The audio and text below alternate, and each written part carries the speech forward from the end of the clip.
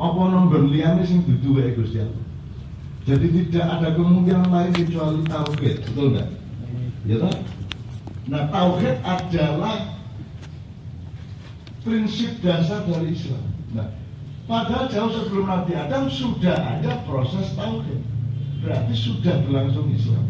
Nah, pertanyaannya adalah sejak kapan Islam itu dimulai? Itu filsafat loh, ini logika. Malah, sejak kapan menurut Anda? Ya? Sejak Nur Muhammad. Oke, terus beneran nih. Dia cuma beda plastiknya karo kembang, karo keranjangnya mau. Oke. Berarti kata pertama, kalau Islam itu ada kalam atau qaul, terus ada ilmun, ya, ada sistemnya, terus ada wujudun, ada aplikasinya. Maka kalam yang pertama yang menandai adanya atau lahirnya Islam itu kata apa? Kun. Kun. Nah, begitu Allah bilang kun, terjadilah Islam. Berlangsunglah Islam, kalau lebih tepat, bukan terjadilah. Nah, terjadilah apa? Berlangsunglah Islam sampai sekarang.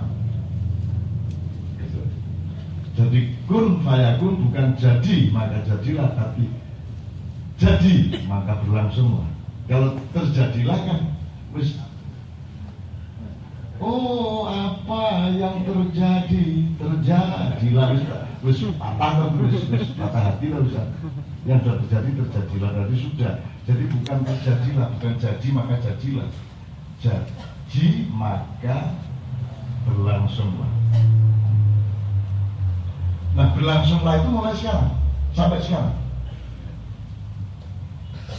Jadi bukan kun fakana. Kalau jadilah itu basarannya kana.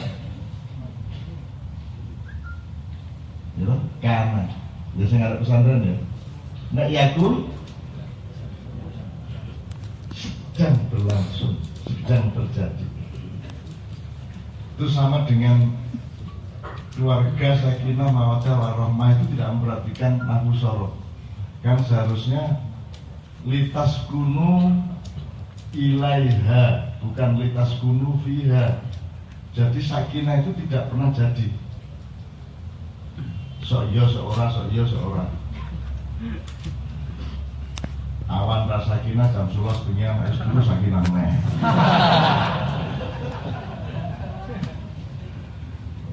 Sosok jam 11 ya ora sakinah, ning bar menjelang subuh bul sakinah. Litas kunu ilaiha. Jadi kenapa kamu jadi manusia laki dan perempuan? Karena Allah memberi rahmat. Betul ya? Maka jadilah rumput, jadilah alang-alang, jadilah engkau. Kenapa kamu mau kawin di antara dua laki dan perempuan ini? Karena Allah ngasih mawaddah. Kalau tidak ada mawaddah, kamu tidak ingin kawin di antara kalian. Karena Anda punya cinta yang khusus kepada cewek itu dan kepada laki itu. Jadi kalimatnya bukan semoga menjadi keluarga yang sakinah mawaddah warahmah. Nah, Gusti Allah tersinggung. Lho rohmah wis cetok kok semoga. Mawaddah itu justru yang bikin kamu nikah itu mawaddah. Lah kok masih semoga. Kita cuma ngomong. Jadi dengan rahmah dan mawaddah Allah, semoga keluargamu sakinah. Ngono kalimatnya. Nek ya ora gelem tak kandhani, tetep wae semoga menjadi keluarga yang sakinah mau diwalik pisan. Mosok wis sakinah kait mawaddah, kait rahmah lah wale. Muga-muga uripmu iso tuwa tur enom tur bayi. Iya to kowe jam. Jadi wong-wong iki ora gelem mikir. Jadi negara kita ini diagnosisnya sakit lumpuh apa? Ya lumpuh pikiran. Dan seterusnya dari pertanyaan yang ada tadi kita analisis atau kita temukan berdasarkan sangkan-paran dari khilafah tadi.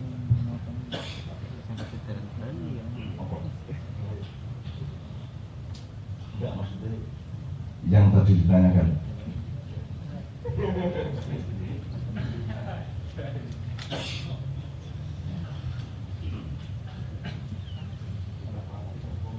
Berikutnya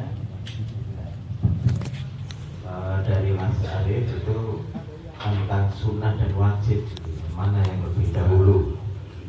Terus saya gabung dengan pertanyaan ketiga dari Mbak Lia, itu apakah Allah itu memberikan hidayah pada Allah itu sunnah dan wajib sih dulu di gue tentang waktunya sepiro, tentang waktunya menyeluruh apa tahap kontekstual saja.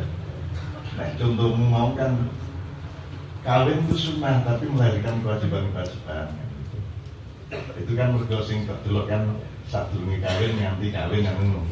Sekarang kalau kita melihatnya menyeluruh ruang dan waktu, maka pertanyaannya tidak cukup mengandung 2 poin sunnah dan wajib. Bahkan tidak cukup dengan 5 matriks wajib, sunnah, mubah, makruh, dan halal. Ada yang lebih tinggi dari itu. Semua urusan ini karena Allah ingin bercinta, kan gitu. Makanya kalimatnya waman yarjul liqa in kuntum tuhibbunallaha fattabi'uni kan gitu. Rasulullah disuruh ngomong begitu. Jadi pertanyaannya ditambah duluan mana? Ya, atau gini jawabnya. Duluan mana wajib atau sunnah? Aku menjawab duluan cinta. Ya lah, ini ya. Oke. Kan tidak mungkin ada pelaksanaan sunnah kawin kalau tidak ada cinta.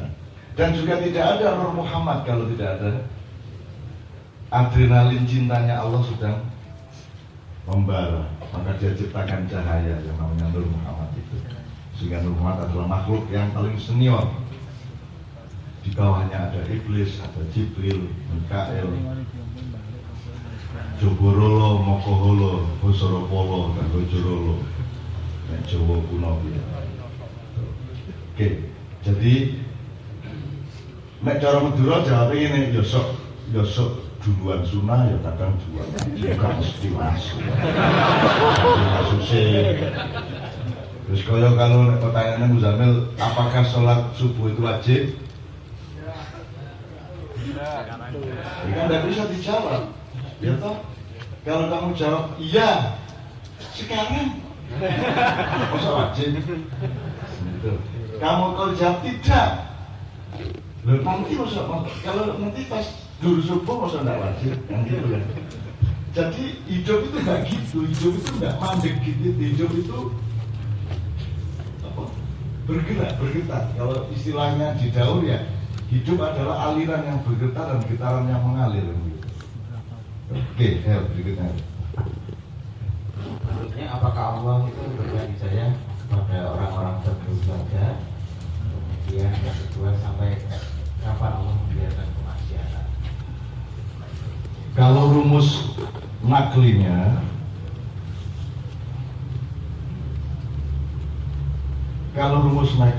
innaka la tahdi man ahbabta walakin Allah yahdi man yasha.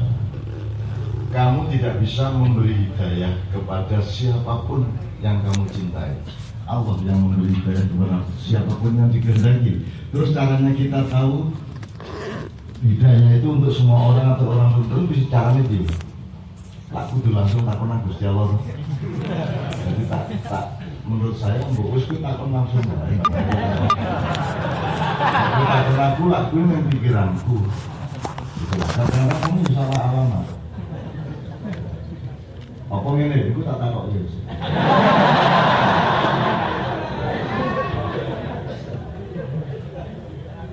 Kalau menurut saya, kalau menurut husnuzon saya, semua dikasih. Cuman perbedaannya adalah kadar yang dia kasih terserah dia. Nomor 2, kemampuanmu atau kemampuan setiap manusia untuk mengakses hidayah itu beda-beda, tergantung softwarenya. Anak kue nganggo ngene jalur browsing piye? Iya tak? Jalur browsing piye gitu. Kan kita juga siapa yang kudu izin ya browsing ya kan gitu. Ini Pak Ilyas kuno, ini Pak Ilyas kuno. Nah, banyak manusia di bidang rohaniah masih begini, Mas. Betul nggak? Masih indah. Bagaimana mau mengakses hidayah Allah? Bok kamu dikasih hidayah kayak apapun, kamu tidak aksesibel terhadap hidayah itu. Mulanya kecil ini pokoknya batin terus, nang Gusti Allah iki kok batin terus, kok nganti lali. Yang disebut zikir itu bukan kue umak-umi. Zikir itu adalah selalu berusaha menemukan Allah di setiap hal, di setiap peristiwa, di setiap pengalaman, di setiap yang dilihat dan didengar. Itu yang namanya zikir. Oke, ya. Yang berikutnya dari Mas Aan Batang, kriteria utama orang yang harus mendapatkan sedekah. Ya kalau rumus umumnya kan 8 asma. 8 asma. Nah saya kira kalau menurut saya sedekah itu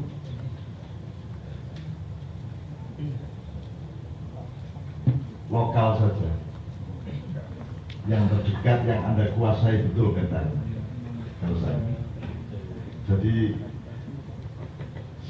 saya tidak merasa aman dengan lembaga sedekah atau lembaga zakat yang sifatnya kabupaten aja sudah tidak aman. Nek sak desa sih lumayan, tapi nek kabupaten mana nasional kayak dompet itu apa, saya tidak bisa paham. Karena tidak ada auditnya, tidak ada kontrolnya, tidak ada sistemnya, tidak ada transparansinya. Ono wong ngemis teko ning kantor ini ra dikeki. Kayak gitu. Karena katanya sudah punya program. Nek program perusahaan wae rasa dompet itu apa. Nek dompet itu apa itu ya anytime duafa butuh dikasih. Kan begitu. Jadi subjek utamanya duafa. Wong kamu ngemisnya berdasarkan kata duafa kok. Yang gitu.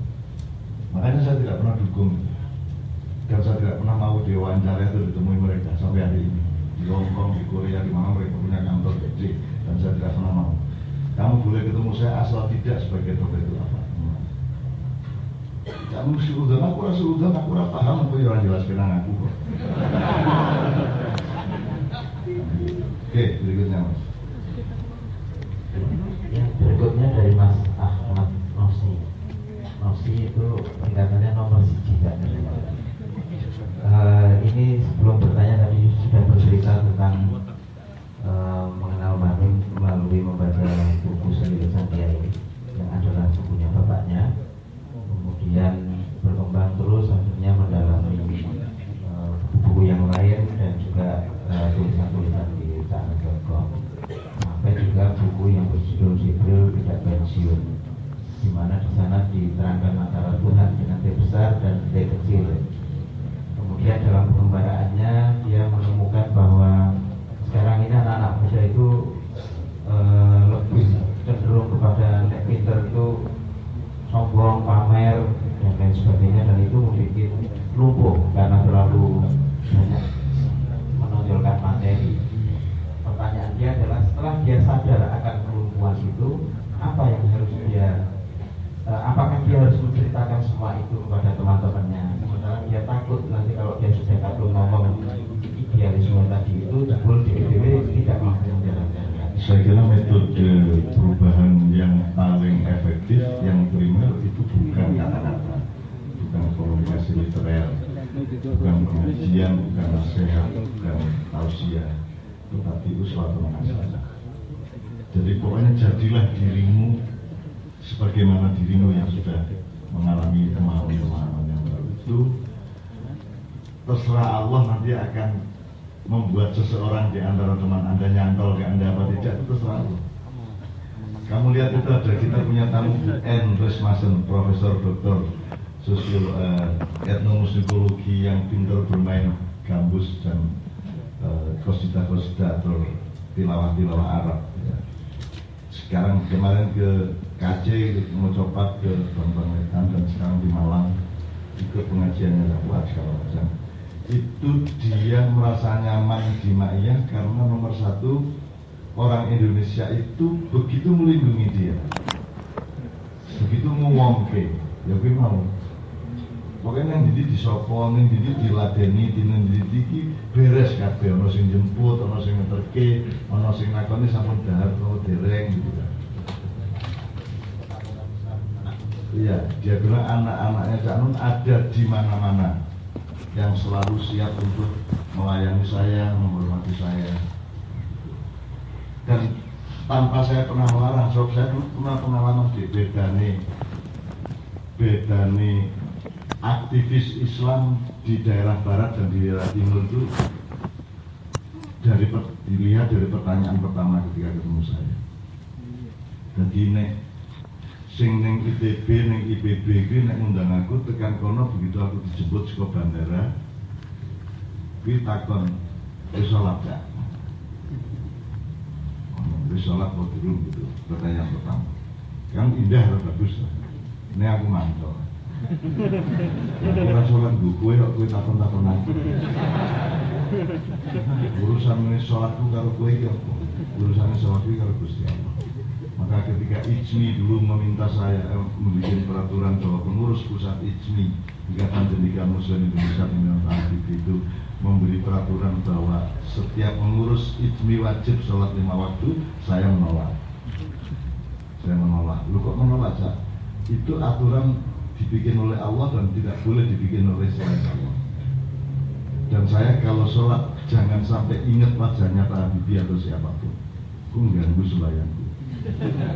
Nah aku sembahyang terus kelingan IJMI, itu kan apa enak. Jadi jangan ikut campur dalam sholat dan kemesraanku dengan Allah. Itu sangat remang-remang dan private. Nah, itu nek di Bogor, Bandung pertanyaannya wis sholat ya, wis sembahyang. Nek aku nang Surabaya sih di pertanyaan mudun bandara wis mangan ya. Top ya. Mecel tang rawan kan gitu. Pertanyaan gitu. Apakah kita makhluk badokan sehingga senang kalau ditanya harus makan atau dulu? Ada proporsi gitu loh Mas, ada proporsi. Kalau kita punya tamu dia nomor 1 disyukuri wedang, orang tarap, orang diadili wis sembahyang kok dulu. Kuwi menyinggung perasaan. Jam loro bengi enggak jam loro bengi ting monggo kula dherekaken tahajud. Lemah kok dherekke aku. Tahajud didherekke. Tahajud tae. Marake ra sida sembahyang. Akhirnya iki wis ngene iki lho wis ngene aku mari tahajud. Lha aku wis tahajud ya. Iki ganggu-ganggu to kowe iki jan kok wis mbok kowe iki percaya karo manungsa. Mbok ini membiarkan manusia dengan prosesnya masing-masing untuk bergaul dengan Allah kan gitu. Nggak usah kamu ganggu-ganggu dengan broadcast seperti itu. Nah jadi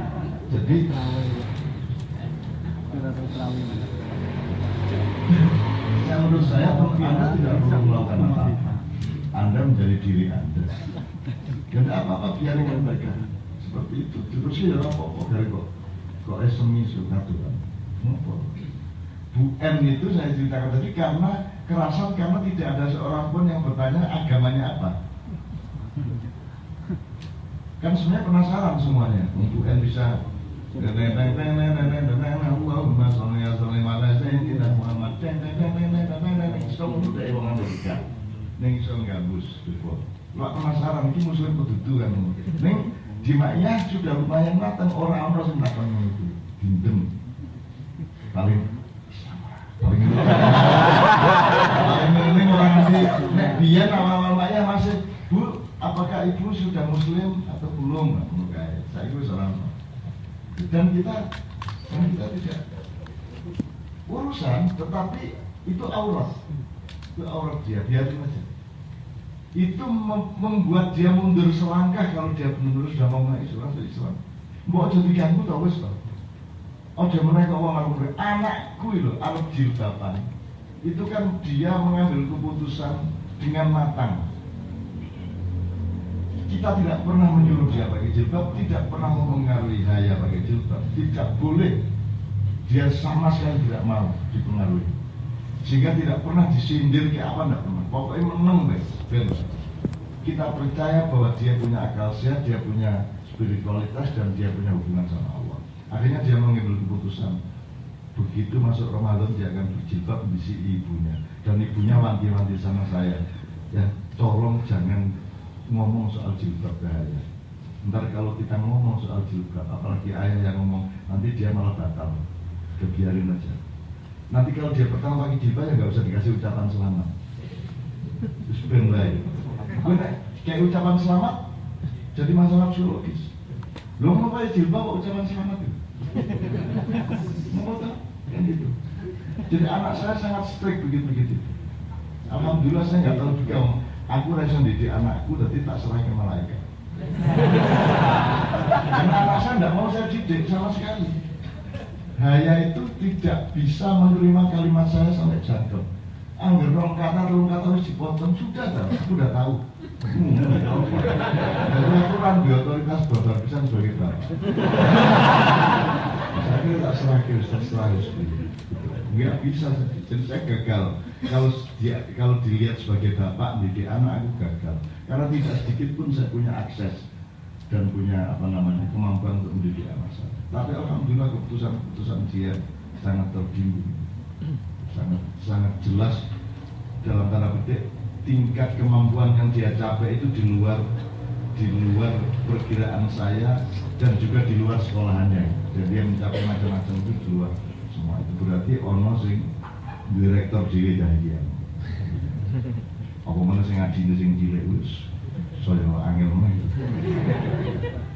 Setelah itu ya aku semangat baik. Mesu negara aku suka.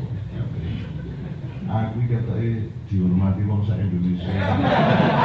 Orang aku dhewe, aku kadang-kadang melu bahasa Inggris, anakku pinter banget bahasa Inggris. Kita kasih mau SD, kadang-kadang melu lah tak doakan. Ayah, please don't ever say a word of English. It's so bad. Aduh. Akhirnya saya minder bener. Sampai minder bener. Dan dia bagus, tadi dia kirim karangan bahasa Inggris ke saya. Tapi jangan bilang nggak sabram. Jangan bilang nggak sabram, ayat aja sama itu. Nggak sabram nggak boleh. Karena sabram itu beda ideologinya dibanding itu.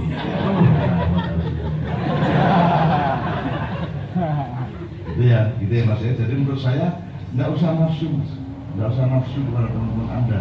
Kalau Anda tidak bisa mempengaruhi dia, kecuali Allah memerintahkan, Allah mentakdirkan akan terjadi dengan sendirinya. Mas Toto itu, tahu ya Mas Toto Raharjo ya? Itu sama saya sejak ya akhir 70. Dan 30 tahun lebih saya tidak pernah tanya apa agamanya. Tak jarno.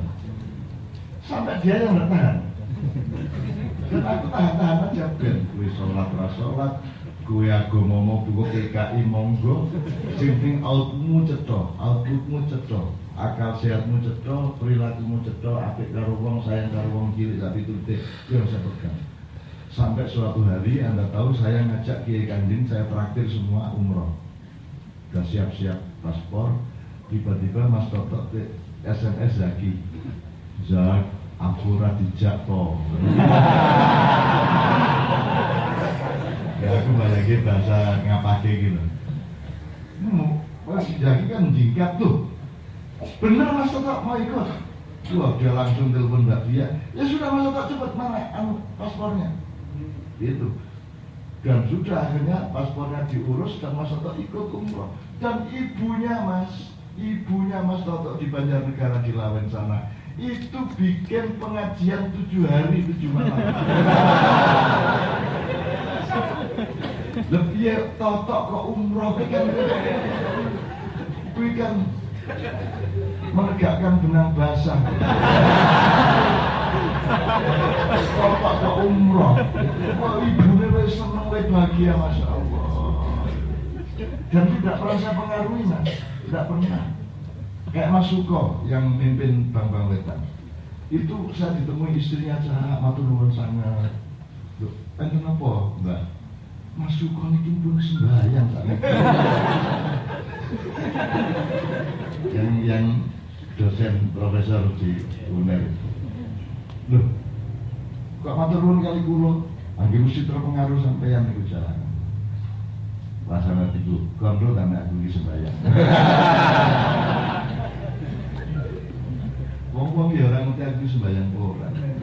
Ya, jadi wis ora aran-aran. Kita percaya sama orang yang outputnya bagus, kita doakan semuanya diterima oleh Allah SWT. Jadi ngarang-ngarangnya jadi biji-biji. Dan ketika Mas Toto umroh ternyata yang paling nangisan Mas Toto.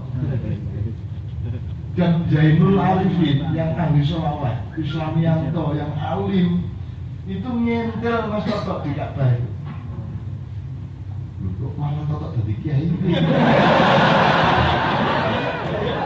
Iya, Allah. Jadi Zainul sing ahli kan alhamdulillah. Itu malah terus tawaf yuk di burine Mas Toto. Jadi Toto iki wis tuwa, dadi ngitunge iki salah. Jadi Mas sampun begitu loh Mas. Durung. Terus lagi Zainul melu meneh. Apa enggak hukumnya piye? Tawaf orang begitu. Apakah yang dilihat itu jumlah angkanya ataukah itikat dan cintanya, kan begitu. Wong ketika sa'i yang ketika sa'i Toto itu tidak tanya-tanya, kan 1, 2, 3, enggak 1, 2, 3, 4, berarti 14. Berarti mulai elok sama kayak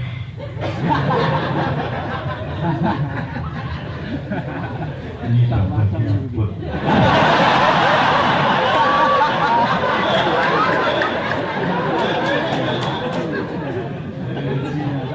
Coba Mas, indah Mas. Kalau Allah yang berkehendak indah, tenang aja. Mas Toto loh coba. Itu sangat Marxis komunis. Radikal. Pernah jadi sekretaris saya yang mengurusi manajemen saya tahun 80-an akhir. Itu saya melihat sendiri dia nemuin tamu, ya Allah Mas Toto kejemnya. Ono wong sugih teko pengusaha ngono terus. Mas Toto itu begitu dari mana Pak? Iya. Oh enggak kenal sama orang kaya. Nungguin.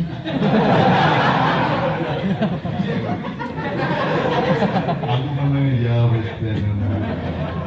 Ono rumus ngono kuwi.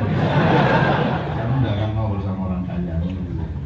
Jadi kemiskinan itu menjadi idola.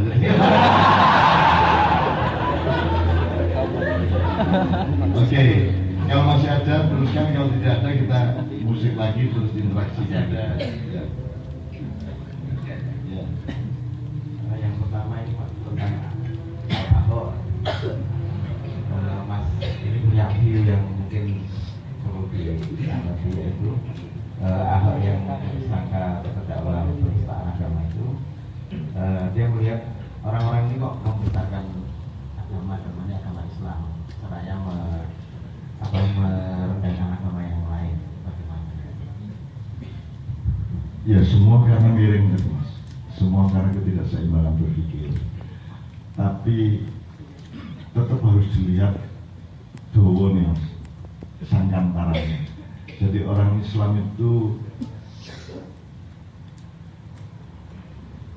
kehilangan keseimbangan berpikir dan objektivitas itu tidak hanya karena mereka tidak punya tradisi ijtihad yang rasional, tapi juga karena penderitaan yang panjang.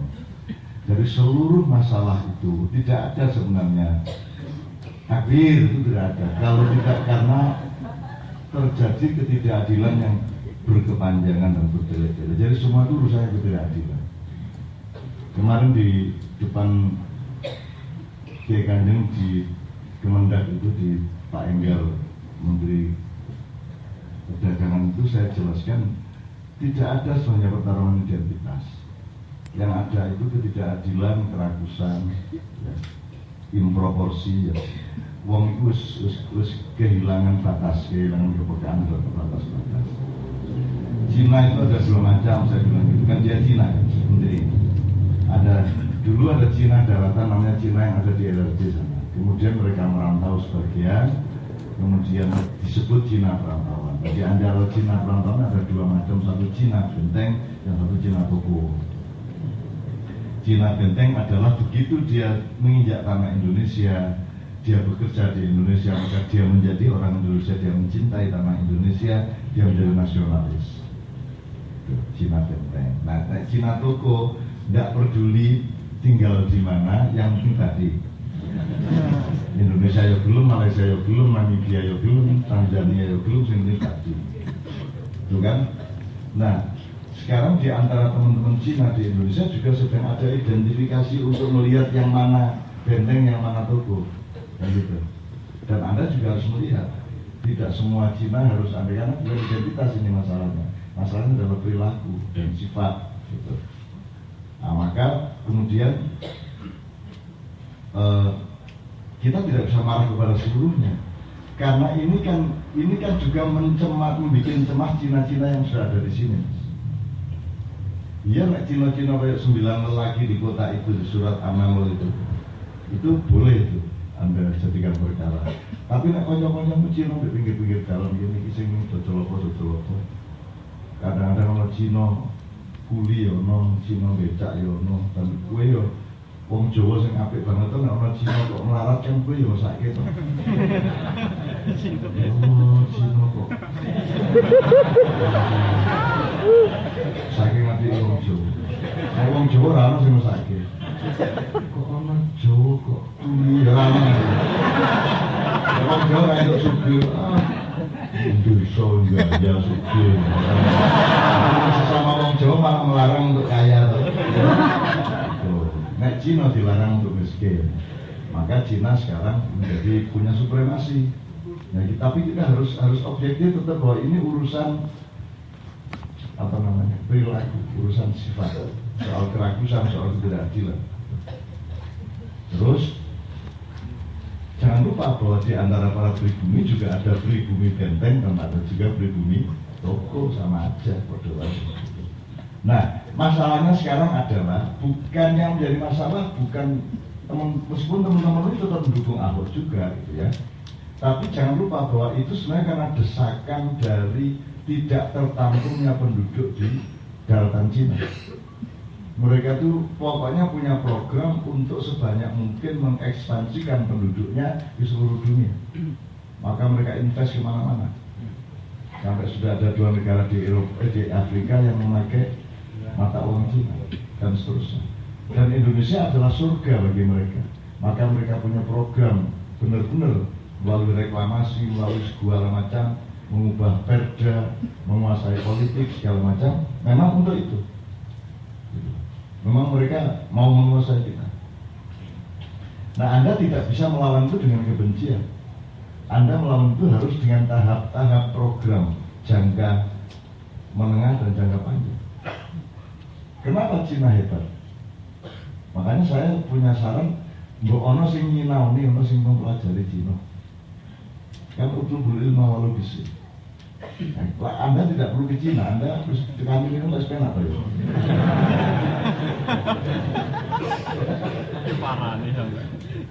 Nek Cina ini pinter, modal gue. Loh kok pada masuk ke negeri orang gimana? Loh, saya ini menjalankan perintah Nabi-mu.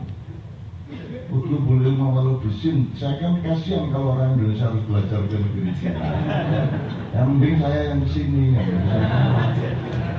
Tak bela ini gelap-gelap bareng loh aku ini. Gampang Cina gitu. Nah, orang Jawa tak bisa menunggu. Nah, teman-teman sekalian,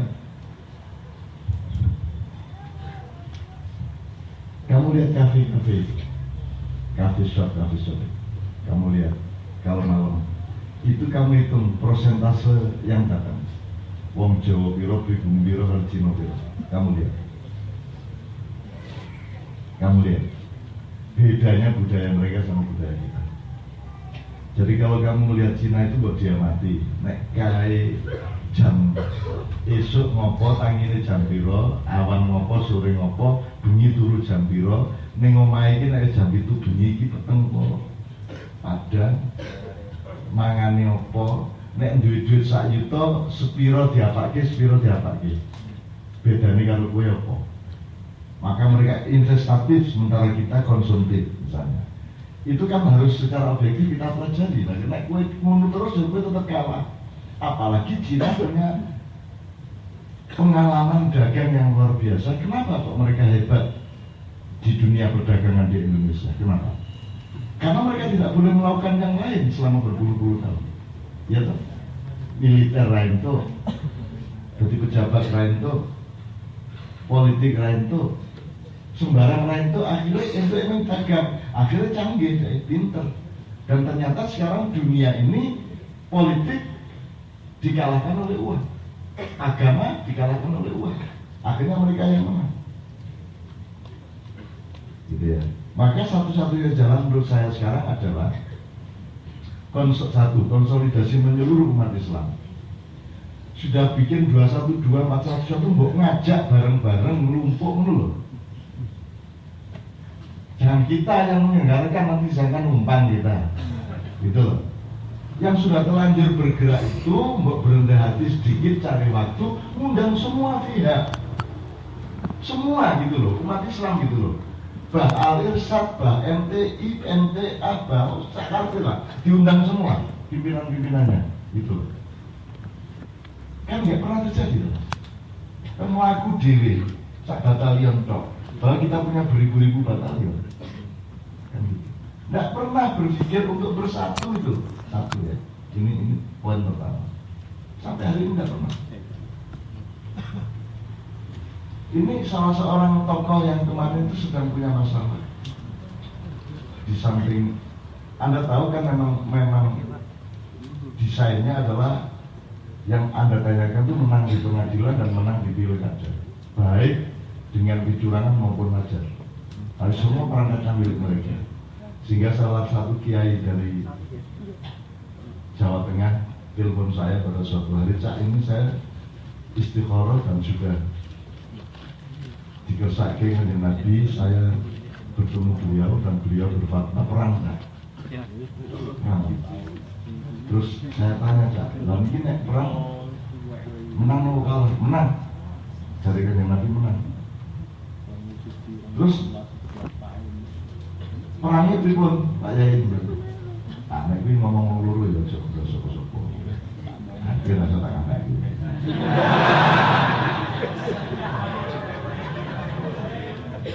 Tapi Anda boleh bersimulasi melalui dua pintu. Yang satu ada harbul lailah, ada harbun nahar.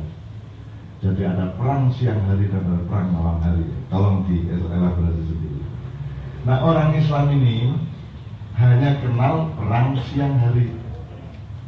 Kati nembak, kondo nek nembak. Ya tak? Sumbar wae benino. Aku bom, kondo nek bom. Kan itu. Isinya di medsos itu kan sesumbar dan kondo-kondo. Strategi ini dibuka-buka. Buka dulu. Strategi kok dibuka-buka. Strategi gimana? Perang kok gak pakai siasat. Itu. Jadi yang banget lah, lugu banget. Nah, itu satu soal umatan wahidah. Nomor dua,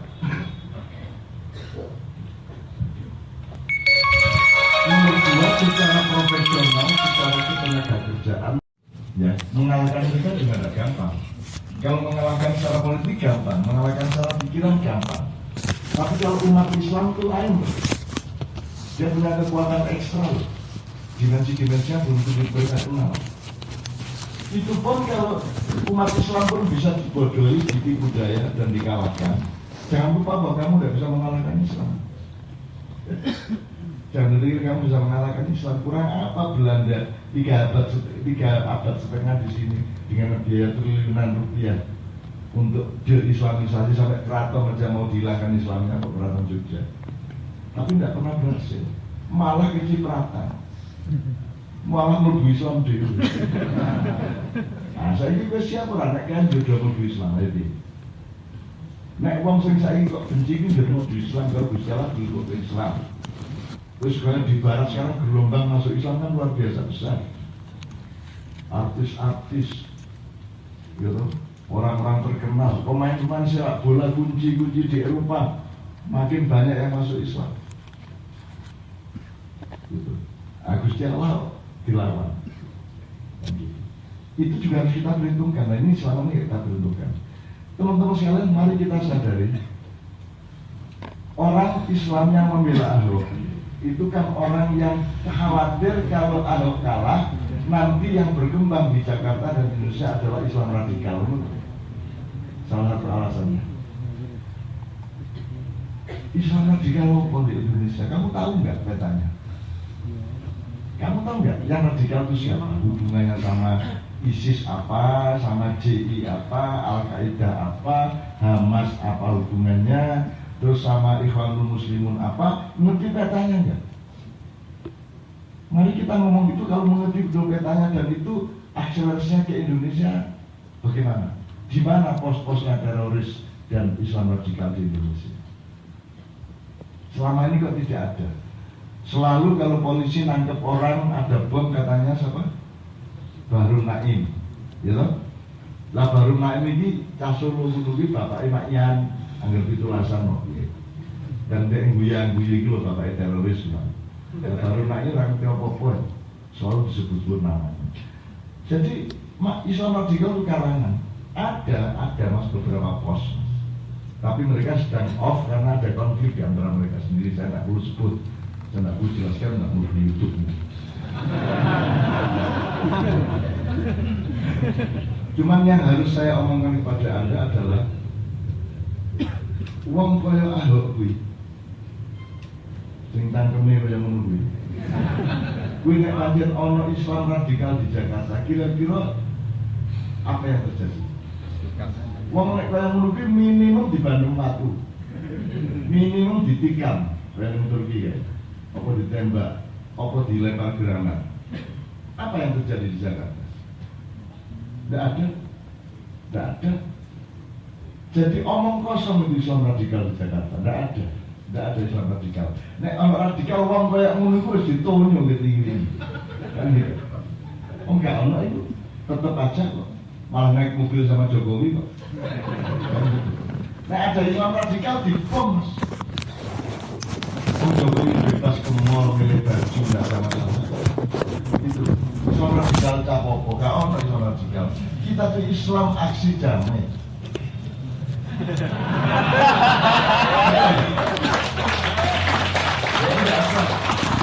Ya, nanti ditafsirkan orang dengan yang aksi damai itu, kami itu. Nah, kalau pernah ditangkap di film itu, damai. Ada yang mengajarkan seperti itu, saya tidak. Saya cuma mengungkapkan. Ya, jadi Mas, pertanyaan Anda tadi itu memang skenario-nya dimenangkan. Maka 2 bulan, 3 bulan ke depan ini kita tunggu bergosip. Saya sudah tanya kepada pihak yang berkuasa. Saya tanya 2 bulan yang lalu ya. Ini kalau Ahok mau dimenangkan di pengadilan maupun di pilkada, sudah diperkirakan dan disimulasi belum akibat-akibatnya? Terus dijawab, sudah kan? Sudah kita susun. Oh, padahal asli ini pertanyaan dulu lagi ini pertanyaan buku. Apa benar ada rencana untuk memenangkan Ahok? Nah, aku ngomong dulu, dia secara psikologis akan punya ruang untuk menjawab. Siapa bilang kan gitu? Mereka pertanyaanku langsung. Kalau memang sudah direncanakan untuk menang, apa sudah disimulasi? Oh sudah, langsung itu rekannya sudah. Betul ya Mas ya?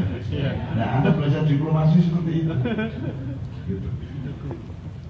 Seharusnya dia kan punya ruang. Maksudnya dia, kan gitu. Itu maksudnya gimana, Cak? Baru saya dengar katanya ada skenario untuk bikin dia menang, gitu kan gitu. Dia enggak langsung kena. Tapi kayak zaman aku ngajari demo di Jawa Malarangeng, Brontoseno CS, ning ngobong patungnya Pak Harto ning UGM tahun 92 itu pokoknya tak urui ngene ini terus pidato iki kita siapkan mobil, selesai pidato turun langsung dibawa ke desa mana supaya nggak ketangkep polisi dan tentara, karena yang ngawasi, yang direbut itu tentara Korem sama Polda langsung, termasuk Kapoldanya dan Danremnya datang ke demo itu. Terus yang pidato sudah kita selamatkan, Pak Harto sudah kita bakar, masa mulai bubar, patung Pak Harto masa mulai bubar, aku rasa melayu mergo mikrofone kuwi sing darurat kuwi nganggo akine jiku. Dadi nek aku arep mlayu kudu nganggo akine sik mlayu rono tempat parkiran Cidan itu kan abot banget punya aku. Jadi wis timbangane aku diuber-uber langsung tak parani wae. Jadi saya langsung mergo iki situasi ini wis singgup kaya ngono langsung aku datang ke Kapolda sama Danrem yang berdiri di antara tentara-tentara dan polisi. Saya langsung tanya, "Piye Pak, apik apa? Apik apa?" "Ya, apik apa?" Terus dia langsung, "Apik. Selesai masalah. Terus ngomong apik kok. Kan enggak mungkin nangkep lagi loh. Terus ngomong apik kok. Ya kadang-kadang Anda itu kalau sama cewek gitu. Kamu kita komplis gitu. Terus dia langsung jawab, "Gini mas. Ah, nanti belum dilamar."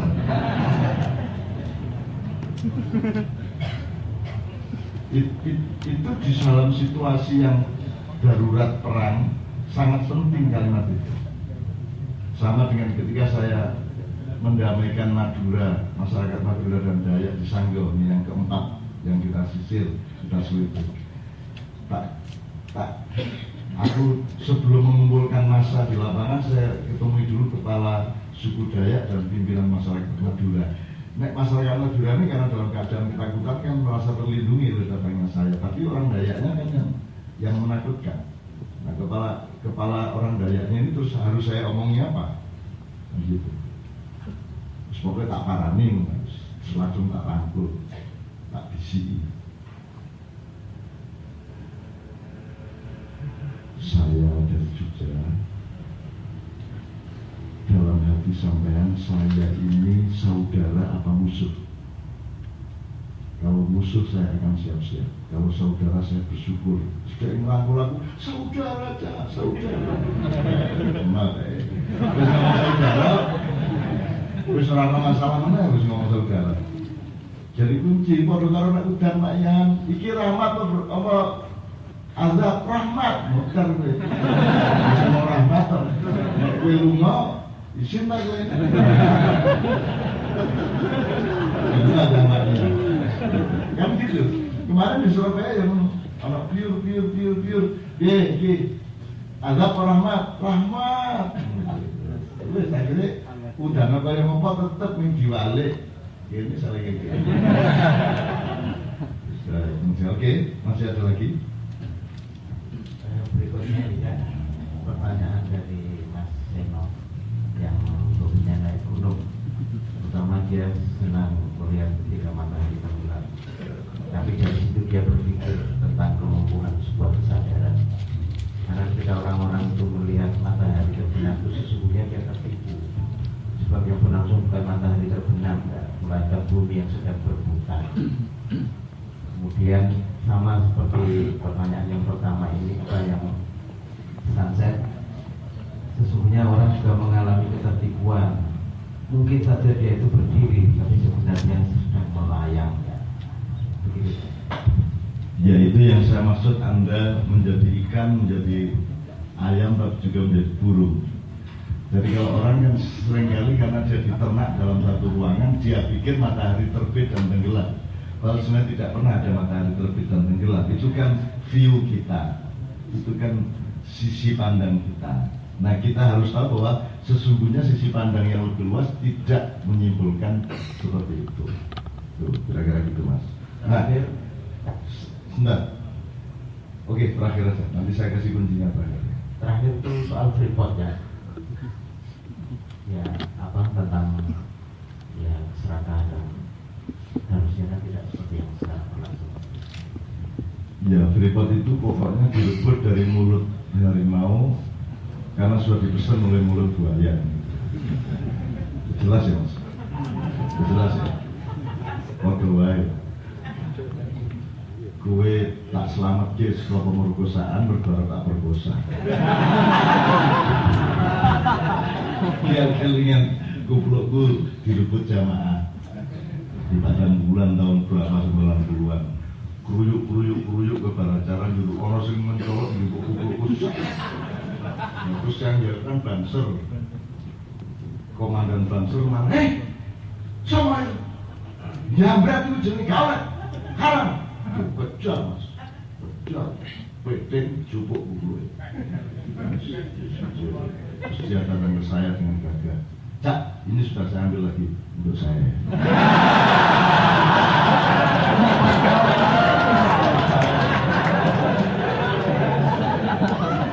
Jadi report itu gitu itu mas. Ya. Oke, terakhir sekali.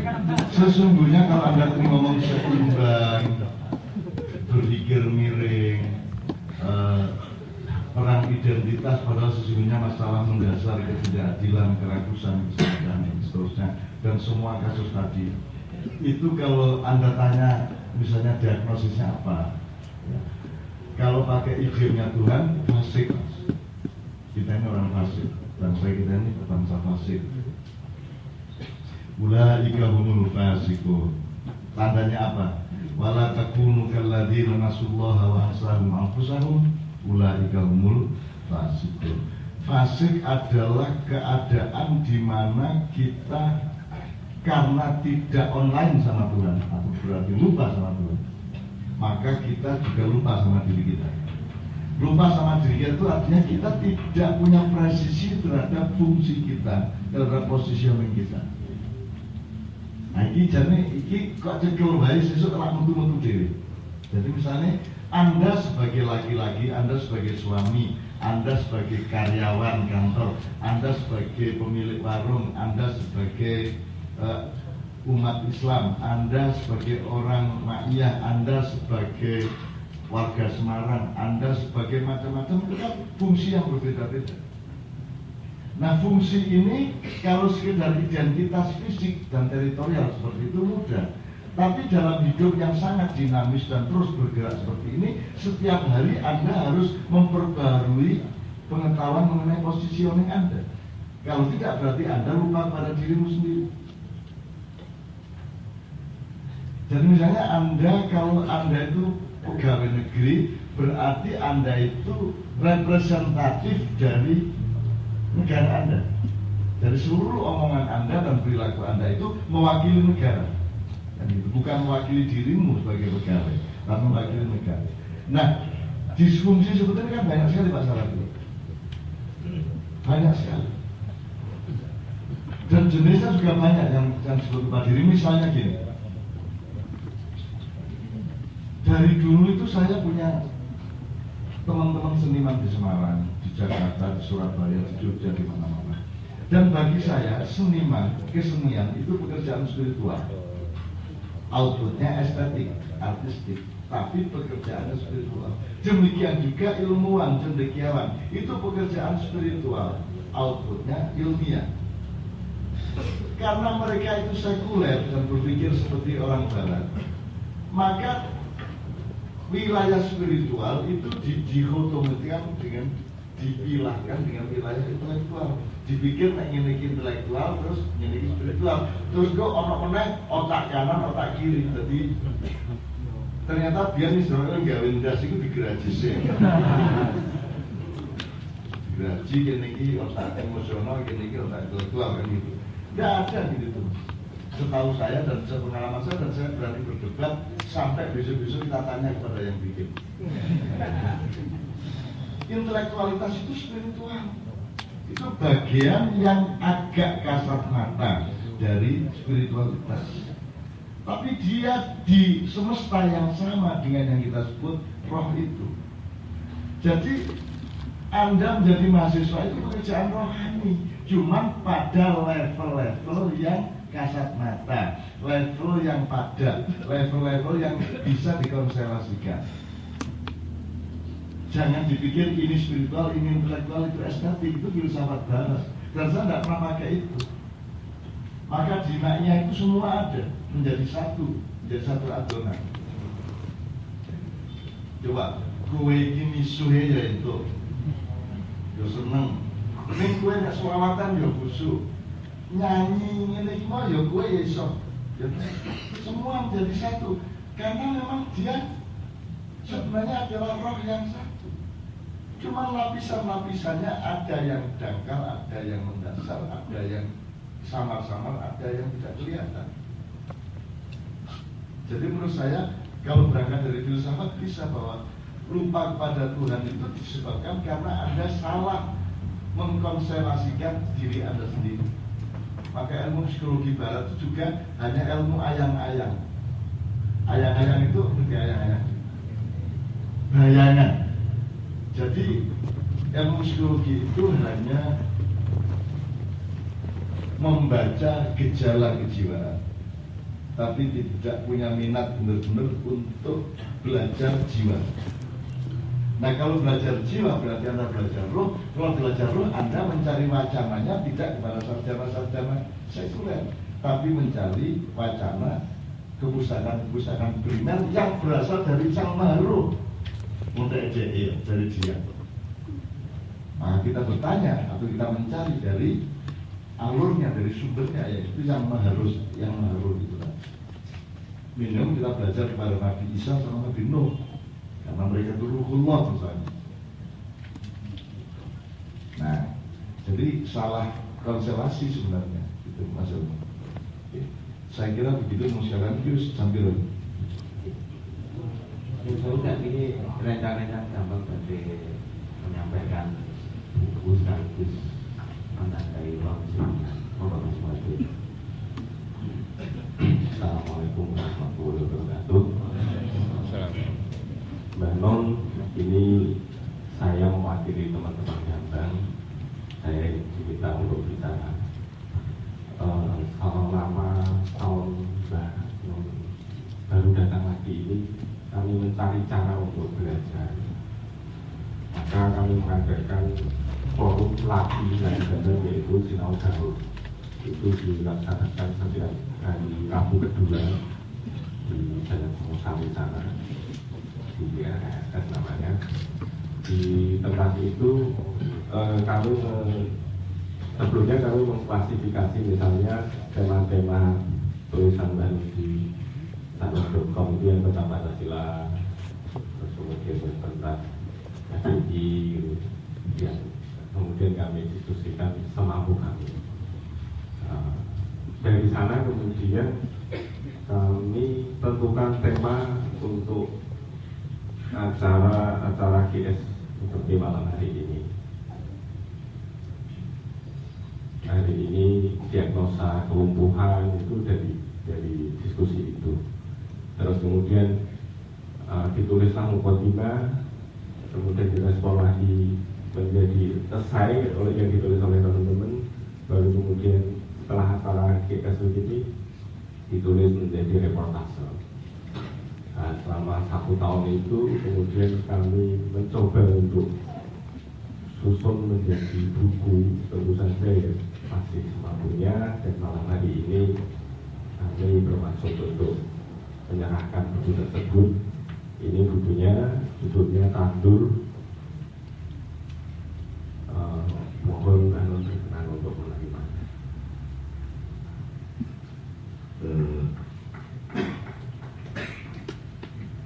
Ya kalau manusia wajar aku senang banget. Ya, kalau membuka belum menjadi belum nandur keluar gitu kan. Karena daun itu saya tulis sebagai keluar. Jadi biasanya kan aku ini 30 tahun lebih nulis ini harus gue dari mangan tak suka gini. Kayak buku sulit cangkir itu kan supaya pelong wis tak lenceki, wis tak iris-iris, tak selagi piring, tak suduke. Itulah tulisan media masalah. Saya kan nulis untuk maknya itu harus jangka panjang. Dan saya mohon teman-teman Gambang sebelum saya terima buku itu untuk misalnya Pak Sarapri kan mengerti sosiologi, kita harus punya simulasi ke depan bahwa dari maknya itu sebenarnya sudah sedang dan akan terus berlangsung sangat banyak revolusi berpikir di wilayah macam-macam. termasuk di wilayah tafsir. Jadi itu banyak sekali tafsir-tafsir yang sangat revolusioner, dan itu akan melahirkan tidak hanya tafsir baru, tetapi akan melahirkan zaman yang baru. Karena di Na'iyah ini nomor satu pelakunya ada Anda, dan Anda ini akan jadi representasi dari revolusi tadi. Dan Anda tidak usah cemas dengan keadaan di luar yang saya apapun, tapi Anda menjadi diri Anda sebagaimana yang sudah Anda latihkan di Na'iyah. Apalagi Na'iyah sangat memerdekakan Anda, tidak mengikat Anda sama sekali. Orang kudu dari anak buah, orang kudu daftar, orang jadi ormas, orang jadi apa-apa, aman secara politik, aman secara finansial, aman secara insya Allah bumi dan langit, tidak ada masalah. Yang paling hijau-hijauan sandal. Tapi sudah tidak ada copet, dulu awal masih ada copet, sekarang sesama copet gak mungkin copet. Jadi kalau aku matur nuwun, terima kasih, dan saya merasa senang karena nyun sewu teman sekalian bandingkan. Apa ya tak dari. Jadi Indonesia kan di setiap zaman kan ada memberi pertanyaan. Kok ini, kok ngono, kok orang ini, kok orang ngono. Maka kita yang ada di zaman itu wajib mencari jawabannya. Kan hidup kan soal jawab. Kalau Indonesia pertanyaan, ya, jawabannya tanah airku, jawabannya. Nah di Indonesia sekarang jawabannya ada Indonesia, tanah airkunya ada. Nah, Anda sedang menyusun jawaban, gitu. Nah teman sekalian, jawaban selama ini ada channel-channelnya. Misalnya ada Cokroaminoto untuk pergerakan nasional, terus ada saya Kanafelin, ya, untuk NU Muhammadiyah dan pergerakan kultural. Anda jangan, cuma nanti yang punya, nanti dilihat. Anda yang bawa di Samsu, Anda lihat Samsu sama Bismillah. Ada yang punya nggak Bismillah? Ya, coba dilihat. Itu dua orang Cina itu sowan kepada Syekhona Khalil, terus minta dinasihati, saya ini sebaiknya usaha apa.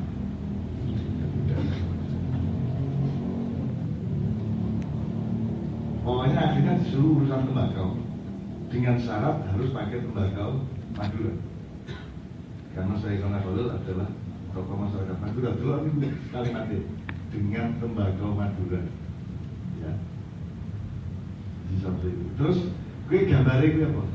Gue bintangnya gitu loh.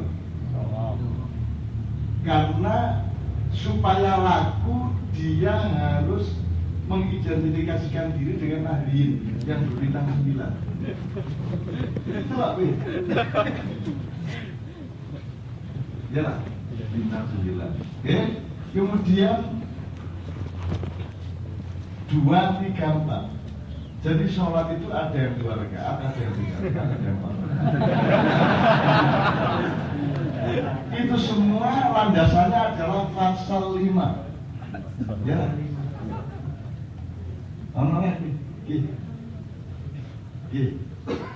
Di bawah 2, 3, 4 ada apa? Pasal 5. Maksudnya rukun Islam. Gitu. Itu cara ini.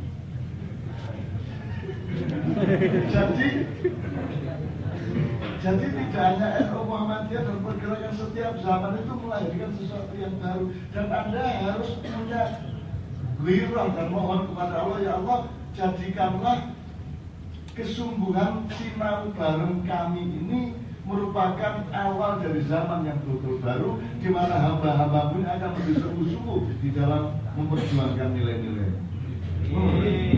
Nah, nek bismillah doang kayak ono gambar wong tua nggo teken yo kuwi saya kan oleh.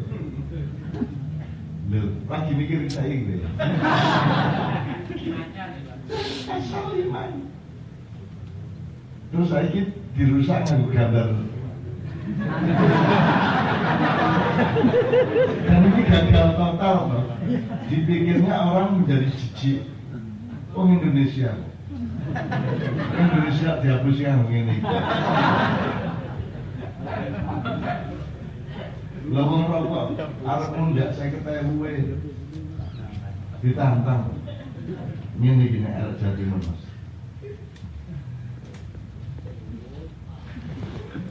Ya Allah, 10.000 enak ini.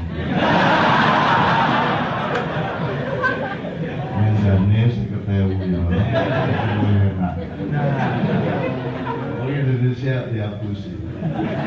Jago ngapusi awake dhewe ya. Oke, tepuk tangan untuk teman-teman gaman.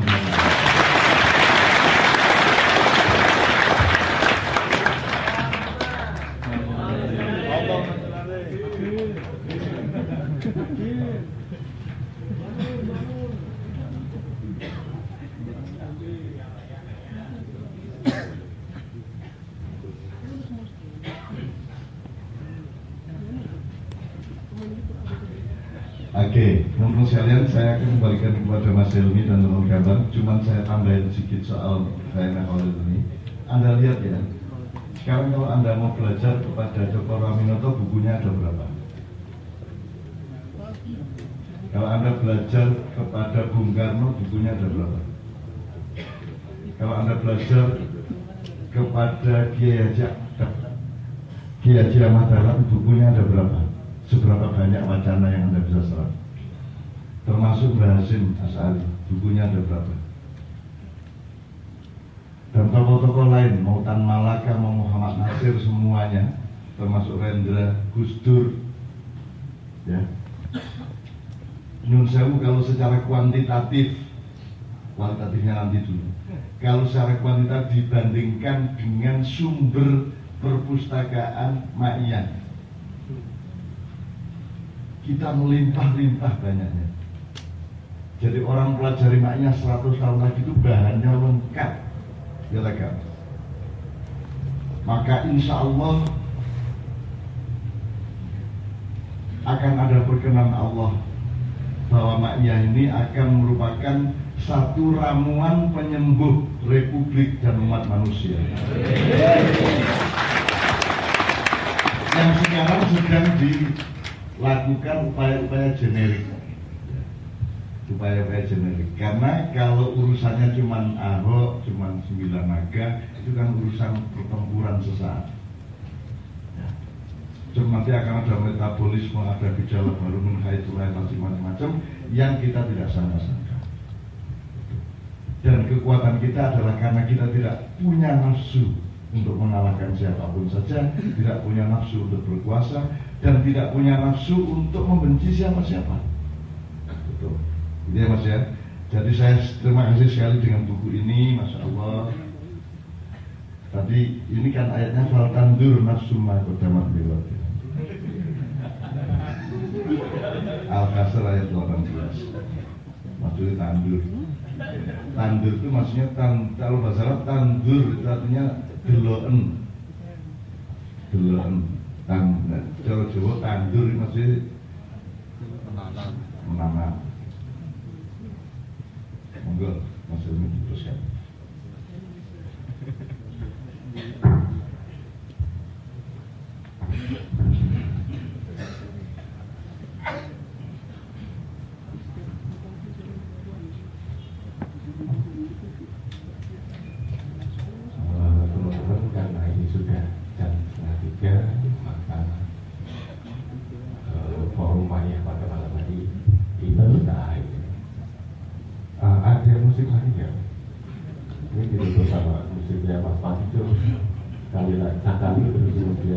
Mas Rokijo mungkin?